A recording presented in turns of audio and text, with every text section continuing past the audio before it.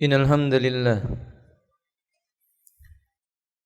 nahmaduhu wa nasta'inuhu wa nastaghfiruhu wa natubu ilaihi wa na'udzu billahi min shururi anfusina wa sayyiati a'malina man yahdihillahu fala mudilla lahu wa man yudlil fala hadiya lahu asyhadu an la ilaha illallah wahdahu la syarika lahu wa asyhadu anna Muhammadan abduhu wa rasuluhu. Allahumma salli ala Muhammadin wa alihi wa ashabihi wa man tabi'ahum bi ihsan ila yaumiddin. Amma ba'du, kita masuk bab yang baru. Tafadhali ya ukhti, iqra'i. Larangan menyembunyikan ilmu. Allah Subhanahu wa taala berfirman yang artinya, sungguh orang-orang yang menyembunyikan apa yang telah kami turunkan berupa keterangan-keterangan dan petunjuk telah kami jelaskan kepada manusia dalam kitab Al-Quran, mereka itulah yang dilaknat Allah dan dilaknat pula oleh mereka yang melaknat.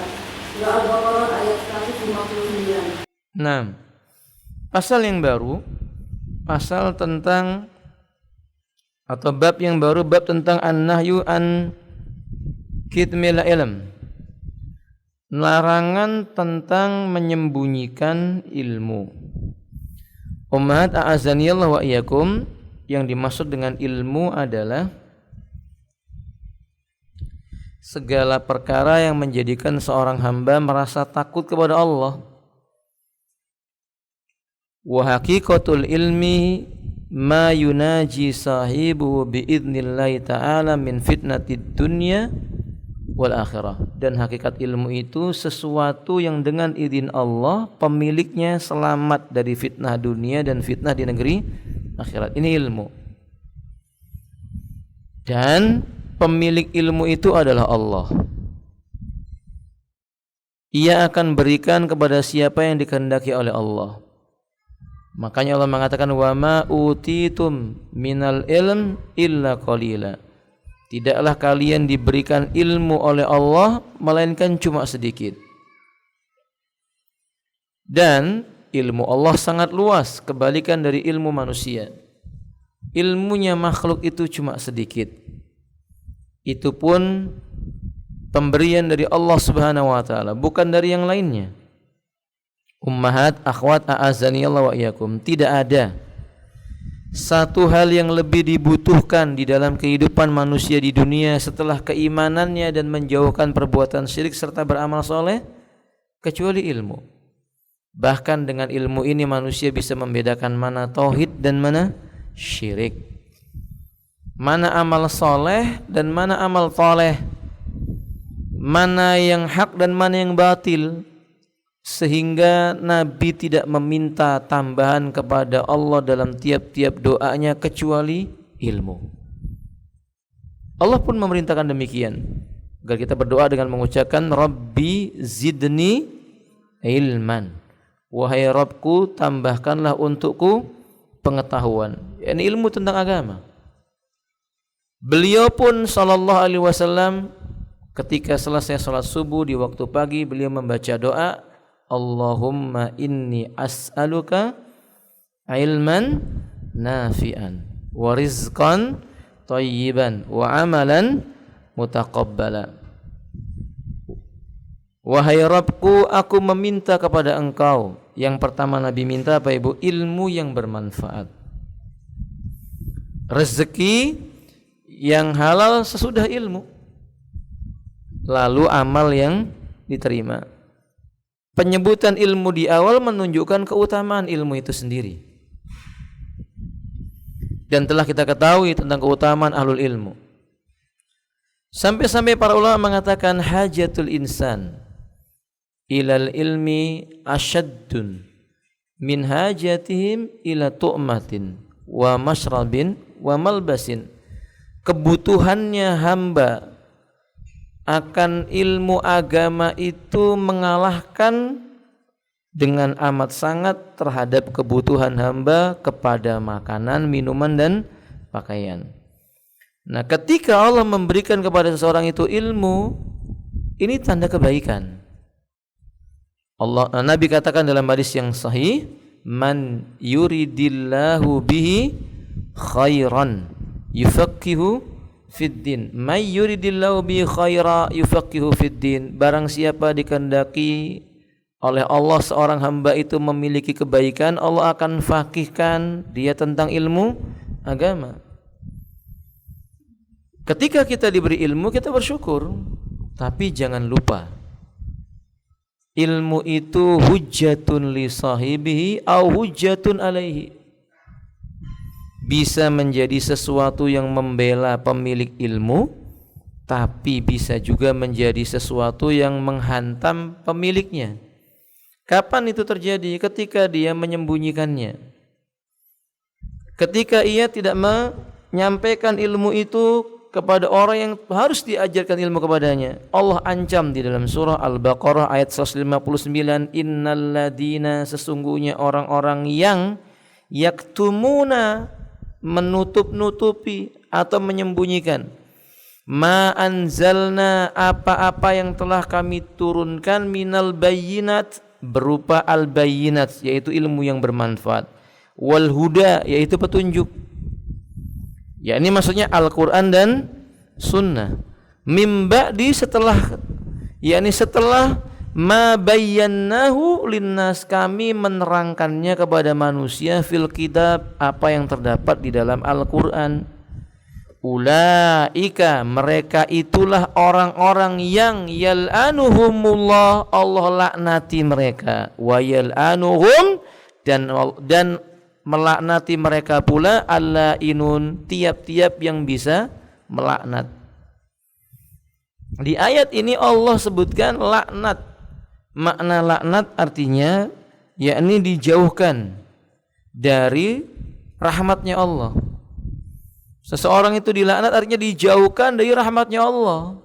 Padahal ibunda, akhwat, saudariku sekalian yang dimuliakan Allah Taala, manusia masuk surganya Allah itu dengan sebab rahmatnya Allah, bukan semata-mata karena amal perbuatannya seseorang, tapi karena rahmatnya Allah Taala.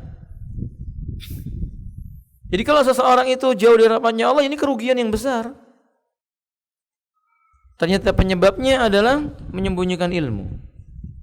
Di riwayat yang lain, di dalam sebuah riwayat yang sahih dikeluarkan hadisnya oleh Al-Imam Abu Daud dan yang lainnya, dari jalan sahabat Abu Hurairah radhiyallahu taala anhu, Rasulullah bersabda, man su'ila an ilmin, sesiapapun yang ditanyai tentang ilmu, maksudnya adalah ilmu tentang mengenal Allah, mengenal nabinya, ilmu tentang agamanya, ilmu yang berkaitan dengan perkara-perkara yang tidak boleh tidak seseorang harus tahu, ilmu yang nilainya wajib. Fakata mau, tapi kemudian ia menyembunyikannya, aljamahullah, Allah akan letakkan tali kekang pada orang itu. Mulutnya itu terikat dengan tali kekang itu, bilijamin minnar, dengan tali kekang yang terbuat dari api neraka. Allahumma inna na'udzubika minan nar. Yaumal qiyamah, kelak nanti di hari kiamat itu diancam sama Nabi, mulut orang yang punya ilmu tapi enggak mau mengajarkan ilmunya kepada orang yang membutuhkan ilmu, dikekang dengan tali yang terbuat dari api neraka. Di hadis lainnya Nabi mengatakan, man katama ilman, siapapun yang menyembunyikan ilmu, aljamallahu yaumal qiyamati bilijamin min narin, Allah akan ikat mulutnya dengan tali kekang yang terbuat dari api neraka. Cukup dalil-dalil ini menjelaskan tentang haramnya orang menyembunyikan ilmu.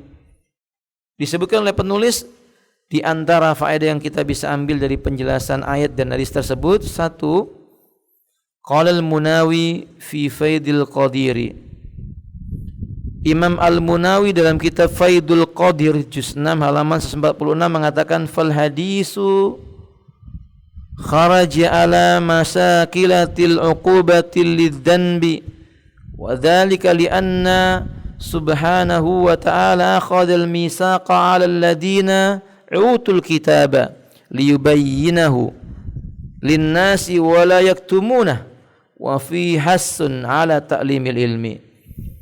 Hadis ini berisi tentang sanksi hukuman yang sangat amat berat tentang sebuah dosa, yaitu dosa menyembunyikan ilmu agama. Karena Allah Subhanahu wa taala telah mengambil perjanjian dari kalangan ahlul kitab supaya mengajarkan isi ilmu itu kepada manusia, jangan ia menyembunyikannya. Ini bukan berarti untuk orang ahli kitab saja, kaum muslimin demikian. Karena mereka telah diperintahkan oleh Allah menyampaikan kebenaran. Dan hadis ini menjelaskan kepada kita anjuran supaya kita itu mengajarkan ilmu, menyampaikan ilmu yang kita telah pelajari. Ibu-ibu datang ke majelis ini sudah bertahun-tahun belajar tentang ilmu. Beberapa kitab juga telah diselesaikan dibaca. Alhamdulillah binikmati tatimmus shalihah.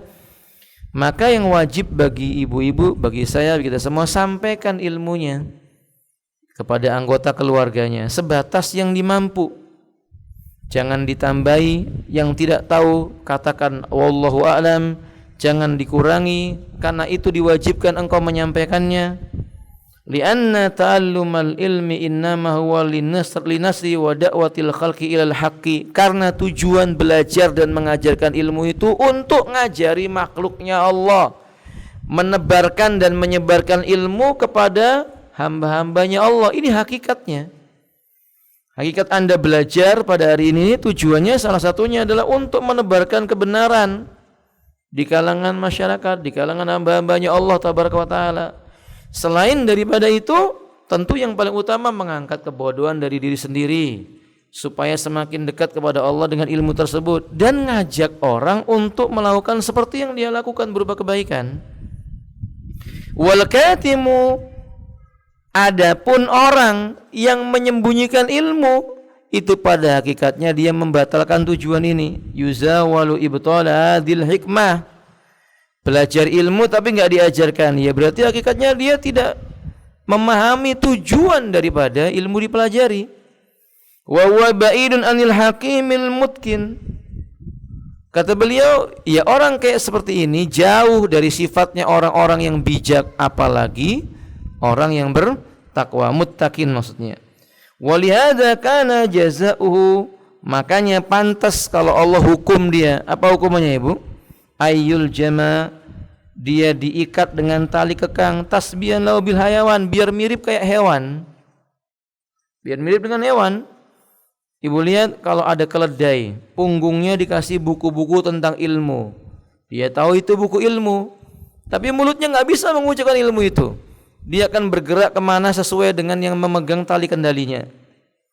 Kalau si tuannya memegang ke kanan, dia ke kanan, ke kiri, dia ke kiri. Dia tidak bisa mengambil faedah dengan ilmunya. Kalau ilmunya itu yang dia tahu harus lurus, dia tetap ikut ke kanan dan ke kiri. Sama dengan hari ini kalau orang punya ilmu, enggak dia sampaikan yang hak itu hak, batil itu batil. Enggak dia tegakkan mana tauhid dan menerangkan bahayanya syirik, menganjurkan sunnah, memerintahkan menjauhi bid'ah. Orang yang kayak begini menyembunyikan kebenaran. Ini kayak keledai yang mulutnya dikasih tali kekang, dikendalikan kemana saja yang dimaui oleh si tuannya. Ya tuan orang yang berilmu tidak menyampaikan ilmu, siapa tuannya? Hawa nafsu. Hawa nafsu. Kalau ibu ditanya tentang perkara hukum halal dan haram tentang suatu perkara dan ibu mengetahui hukumnya tidak menunjukkannya, itu berarti diikat dengan tali kekang, dikendalikan sama hawa nafsu. Misal ditanya tentang hukum halal dan haramnya makan daging babi, ya katakan haram. Halal dan haramnya riswah. Apa riswah itu ibu? Suap ya, suap. Kalau ada orang bertanya, Ustaz, saya bekerja di sebuah perusahaan kami menang tender dengan cara suap, apa hukumnya? Enggak boleh dikatakan, oh karena Anda baru ngaji maka itu boleh-boleh saja. Enggak boleh. Mau baru ngaji, mau sudah lama ngaji, namanya riswah, ar-rasi wal murtasikilahuma finnar. Pelaku suap dan yang disuap dua-duanya masuk, nyemplung ke neraka. Haram hukumnya. Enggak boleh tutup-tutupi. Fahim tuan? Ditanya tentang gimana hukumnya Ustaz menggadaikan benda untuk meminjam sebuah pinjaman. Ya Islam mengatur. gadai itu boleh. Tapi kalau gadai padanya si pemberi piutang mengharapkan keuntungan, yaitu namanya riba. Hukumnya haram. Misalnya fulan kepada fulana atau A kepada B. Si A menggadaikan sepeda motornya sebesar 10 juta, nilai asalnya 17 juta. Kepada si B diberikan 10 juta kepada si A. Lalu si B selama belum terbayar uangnya, motornya dibuat ngojek. Dapat untung enggak, Ibu? Dapat untung enggak? Dapat riba. Keuntungannya tadi nilainya Bang? Riba. Maka hukumnya Bang? Haram, enggak boleh tutup-tutupi. Ustaz, enggak enak Ustaz. Yang nanya ini ayah saya. Walaupun bapak dan ibunya, jawab hukumnya haram. Ya tentu dengan uslub yang baik, dengan metode penyampaian yang santun, yang benar. Itu tidak boleh tutup-tutupi. Harus diterangkan. Naam kadzalik. Qala Al-Baghawi, Imam Al-Baghawi menjelaskan tentang makna apa yang dimaksud dengan ilmu yang wajib untuk disampaikan itu. Baca saudariku. Barakallahu fiik. Imam Al-Baghawi menukil perkataan Al-Qatawi dalam Syarh Sunnah sebagai berikut. Ilmu yang tidak boleh disembunyikan adalah ilmu yang harus diajarkan kepada orang lain dan hukumnya fardu ain. Misalnya orang kafir yang ingin memeluk Islam lalu berkata, "Ajarilah aku apa itu Islam." Contoh lain, orang yang baru saja masuk Islam dan belum dapat mengerjakan sholat dengan baik, sementara waktu sholat telah tiba, lalu dia berkata, "Ajarilah aku cara mengerjakan sholat." Misal lainnya, orang yang datang meminta fatwa tentang halal atau haram, dia berkata, "Berilah aku fatwa, bimbinglah aku." Maka dalam perkara-perkara seperti itu janganlah menahan jawaban. Barang siapa menahan jawaban, maka ia telah berdosa dan berhak mendapat ancaman tersebut. Namun tidak demikian halnya jika ilmu yang ditanyakan itu adalah ilmu yang tidak wajib dan tidak mesti diketahui oleh orang lain. Wallahu a'lam. Naam. Hada fil ilmi alladhi yalzimu ta'limu iya.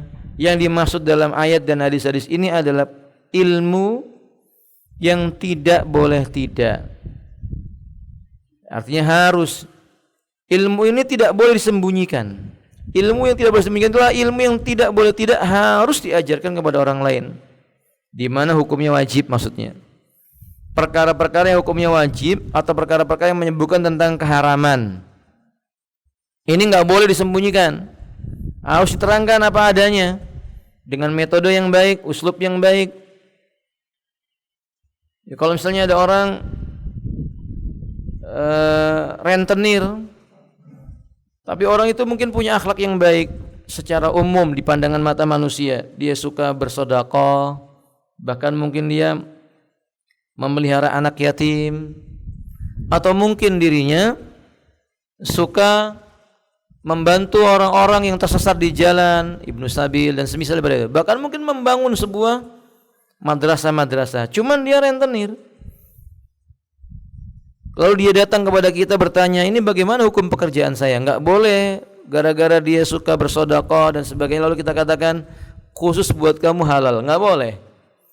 Terangkan kepadanya bahwa yang dia kerjakan itu hukumnya haram. Terangkan bahwa hukumnya haram. Wa ta'ayyanu fardhu alai, terangkan tentang hal yang wajib, terangkan tentang keharamannya. Kaman ra'a kafiran yuridul islam yaqul, kalau misalnya dia lihat ada orang kafir, dia pingin masuk Islam, dia pingin tahu banget tentang Islam, lalu dia berkata, "Alimuni mal Islam, tolong ajari aku Islam itu apa." Enggak boleh kita berkata besok saja ya, enggak boleh. Ajari saya tentang Islam, lalu dia berkata, "Ini saya ada sesuatu yang enggak bisa ditinggalkan, padahal perkaranya cuma perkara yang mubah. Nanti sore kamu datang." Enggak boleh. Hari itu juga ajarkan. Karena kita enggak tahu ajalnya orang ini kapan datangnya. Kalau kita menunda mengajarkan ilmu kepadanya, kita katakan, "Besok engkau saya ajarkan." Malamnya meninggal dunia, kita ditanya sama Allah di hari kiamat. Kita ditanyai oleh Allah Azza wa Jalla. Kan orang itu tadi mati dalam keadaan tetap apa? Kafir, belum masuk Islam. Sehingga kita memperingatkan manusia dari perbuatan syirik itu enggak boleh tunda-tunda. Kalau ada sebuah perbuatan syirik dosa besar yang paling besar pelakunya enggak diampuni oleh pencipta alam semesta ini, Allah tabaraka wa taala, kecuali dia bertobat sebelum mati.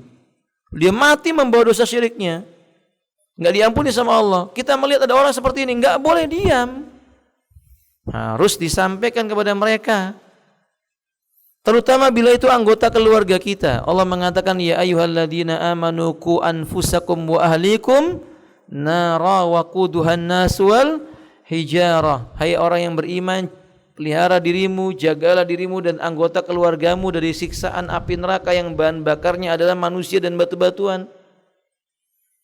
Berarti ajari mereka agar tahu bahwa perbuatan ini syirik, tidak boleh dibiarkan.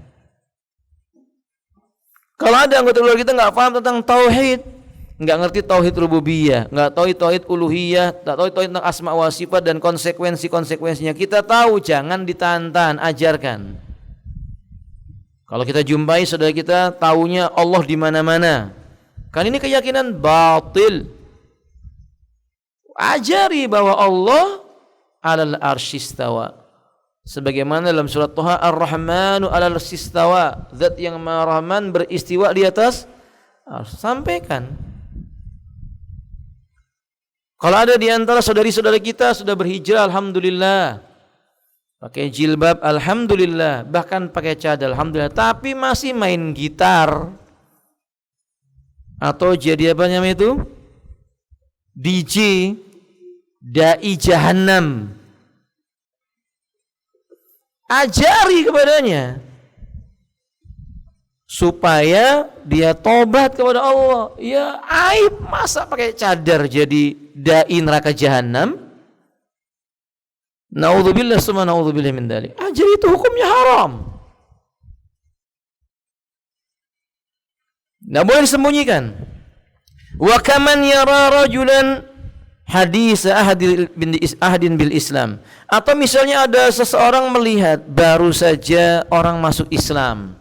Ibu-ibu, kalau orang baru masuk Islam, setelah itu yang paling wajib diajarkan kepadanya apa ibu-ibu? Salat. Setelah masuk Islam kan dia harus ya tauhid, pengajaran yang tidak boleh putus, benar. Tapi setelah dia bersyahadat, dia harus apa? Salat. Itu yang saya maksud. Jadi kalau kita tahu ini orang udah masuk Islam, apa yang harus dia lakukan? Dia harus salat 5 waktu. Karena dia sudah bersyahadat, tetap diajarkan tauhid, nggak boleh ditinggalkan. Ini perkara penting, tapi perintahkan dia buat salat. Nggak boleh kita mengatakan kamu baru masuk Islam, nggak usah salat, lihat aja orang salat ya. Nanti kalau kamu sudah lihat orang salat, kapan-kapan baru salat. Nggak boleh. Dia masuk Islam sebelum zuhur, datang adzan zuhur, ajak salat, suruh dia salat. Kalau dia masuk Islamnya ketika, ini pertanyaan buat ibu-ibu, dia masuk Islam pas jatuh di bulan Ramadan, suruh puasa atau tidak? Kalau dia berkata saya belum terbiasa, apa jawabannya? Apa boleh kita berkata ya udahlah kapan-kapan aja kamu puasanya? Enggak boleh. Suruh dulu berpuasa, ketika dia tidak sanggup, dia mengganti di hari yang lainnya. Bagaimana dengan zakat fitrahnya, Bu? Dia wajib mengeluarkan zakat atau tidak? Iya, dia mendapatkan zakat dan dia tetap berzakat. Karena mu'allafatu qulubihim, orang yang sedang dibujuk hatinya untuk mencintai Islam, boleh diberi apa? Zakat. Tapi dia juga berzakat. Itu diajarkan kepadanya tentang hal itu. Nah, atau misalnya dia sholat tapi belum bagus sholatnya, sementara waktu sholat sudah mau masuk, cepat-cepat ajari dia tentang sholat yang benar. Yaqulu allimuni kaifa usalli, kalau dia berkata tolong ajari aku gimana caranya sholat, ya ajari dia sholat.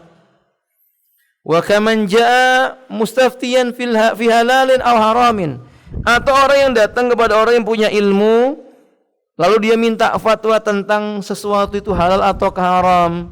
Yang mengatakan aftuni, beri aku fatwa, arsiduni, beri aku petunjuk. Wajib bagi orang yang punya ilmu itu untuk tidak menahan jawaban, terangkan tentang hal itu, sekali lagi dengan uslub yang baik, dengan uslub yang baik. Makanya umat a'azaniyallahu wa iyyakum, Nabi sallallahu alaihi wasallam selalu memberikan jawaban ketika perkara itu perkara yang sifatnya daruriyah. Perkara itu daruriyah. Kadang menunda memberikan jawaban tapi memberi solusi. Sebagai contoh, ada seseorang yang baru masuk Islam di zaman Nabi. Orang Badui, kemudian dia datang kepada Nabi dan berkata, "Wahai Rasulullah, kira-kira kapan kiamat datang?" Nabi tidak mengatakan kepada orang itu hari ini, besok, tidak. Karena orang ini bukan disebutkan tentang tanggal atau kapan kiamatnya, karena memang ini perkara yang gaib. Nabi katakan kepadanya, yang sudah kamu persiapkan untuk menyambut kiamat apa? Dibalik oleh Nabi, kapan kiamat datang? Jawaban Nabi, kira-kira persiapanmu sudah sampai mana? Kurang lebih begitu maknanya. Maka orang itu pun bertanya tentang apa? Apa yang harus saya persiapkan menjemput datangnya apa? Kiamat. Itu lebih bermanfaat. Berarti seorang yang memberi fatwa itu, ibunda, akhwat, saudariku yang dimuliakan Allah Tabaraka wa Taala, harus tahu jawaban yang lebih bermanfaat bagi orang yang bertanya itu apa gitu. Ini harus tahu. Enggak boleh kalau seseorang itu memberikan sebuah jawaban yang jawaban itu misalnya bisa untuk ditunda disampaikan, tapi disampaikan lalu menimbul kemudaratan yang lebih besar. Ini enggak boleh. Maka dia harus memberikan jawaban dengan timbangan syariat yang benar. Ada ini kesimpulan bahwa larangan menyembunyikan ilmu, atau dengan katanya menyembunyikan ilmu yang daruri itu hukumnya haram. Tambahan terakhir, terutama ilmu yang harus diajarkan kepada pasangan hidupnya. Kalau ibu-ibu kepada suaminya, "Ustaz, masa istri ngajarin ilmu?" Kenapa tidak? Aisyah dulu mengajarkan ilmu kepada sahabat-sahabat lelaki. Bukan aib lelaki belajar ilmu dari siapa? Orang berilmu dia perempuan. Misalnya istrinya, bukan aib. Seperti misalnya sampaikan ilmu pengajaran kepada suami bahwa laki-laki tidak boleh punya sifat apa, Ibu? Diasah. Apa diasah? Lelaki dayus. Apa itu dayus? Ya. Lelaki yang tidak cemburu ketika istrinya berbuat dosa. Maksudnya tidak ada kemarahan, tidak ada kebencian kepada istri yang berbuat maksiat. Maksiatnya banyak, bukan hanya maksiat tentang masalah dia dengan laki-laki, bukan itu maksudnya. Tidak sholat, dibiarin, itu berarti lelaki banci. Enggak punya kecemburuan karena Allah disakiti oleh istrinya. Ngelihat istrinya enggak pandai berbakti kepada kedua orang tuanya, maksudnya orang tua kandung si istrinya atau mertua dari laki-laki itu. Dia melihat istrinya enggak pintar berbuat baik kepada orang tuanya, dibiarin aja, ini laki-laki banci. Laki-laki yang punya sifat apa? Dayus. Lihat istrinya enggak pakai jilbab keluar rumah, semaunya sendiri bersolek dan berdandan pakai minyak wangi di hadapan laki-laki yang bukan mahramnya, malah bangga, ini namanya lelaki dayus, banci, enggak punya keberanian. Nah, ini wanita harus menyampaikan kepada suaminya, enggak boleh laki-laki punya sifat diasah. Karena di hari kiamat tidak akan dipandang, tidak akan diajak bicara, tidak akan disucikan oleh Allah Ta'ala. Baginya disediakan azab yang pedih. Seperti hadis Nabi yang mengatakan, salasun, 3 golongan, la yukallimumullah, Allah enggak mau bicara kepada mereka, wala yanduru ilaihim wala yuzakkihim yaumal qiyamah walahum adabun alim, atau kama qala alaihi wasallam. Allah enggak mau memandang pula, tidak mensucikan mereka, bagi mereka disediakan adab yang pedih. Pertama, al-musbilu izarah, orang yang memanjangkan kainnya menutupi mata kaki. Berarti ibu harus sampaikan ke suaminya, celana enggak boleh menutupi mata, kemudian jubah enggak boleh menutupi mata kaki. Namanya musbil, orang yang memanjangkan kain menutupi mata kaki disebut musbil. Yang kedua apa?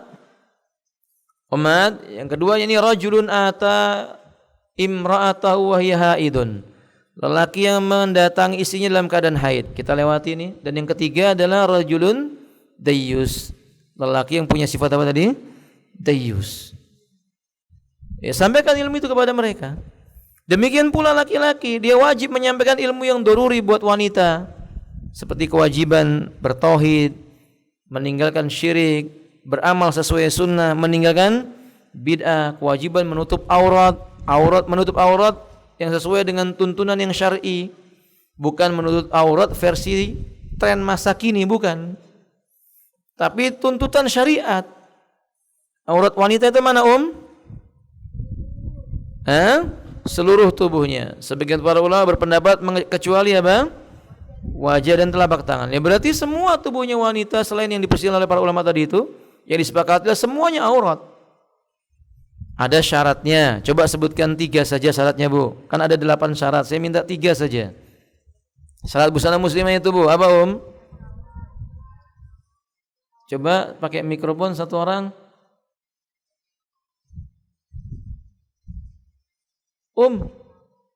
Masya Allah, tawadu umahan.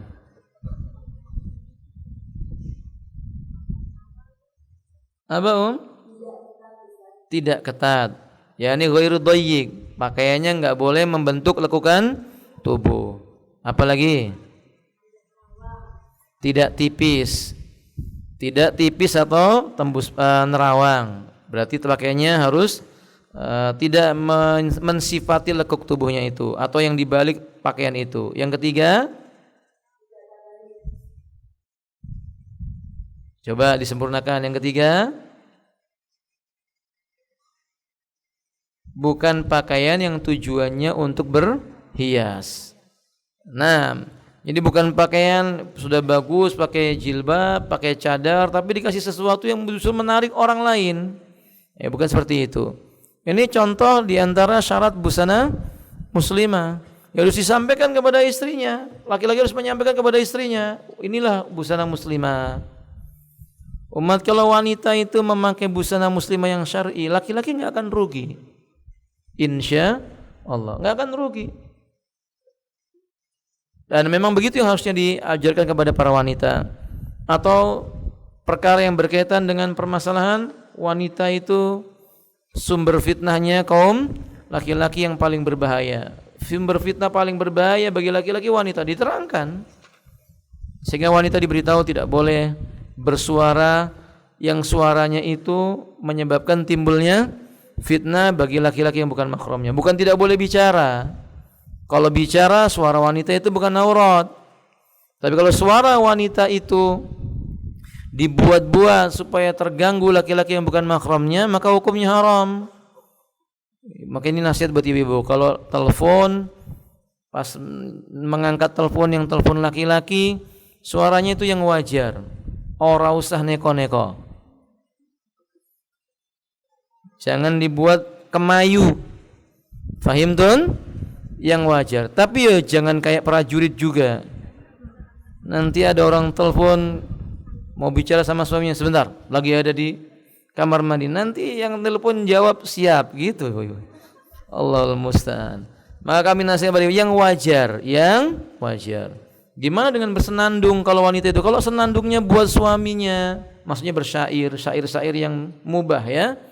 Syair-syair yang mubah, syair yang isinya menyemangati suaminya agar beribadah kepada Allah. Syair banyak ma'ruf seperti syair nuniyah, syair macam-macam. Ya boleh disampaikan untuk suaminya. Tapi kalau bersyair di depan laki-laki bukan mahramnya, bersenandung, ya jangan. Ada. Ini wajib disampaikan, enggak boleh disembunyikan.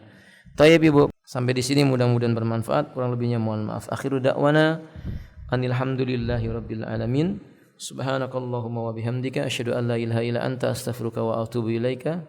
Assalamualaikum warahmatullahi wabarakatuh.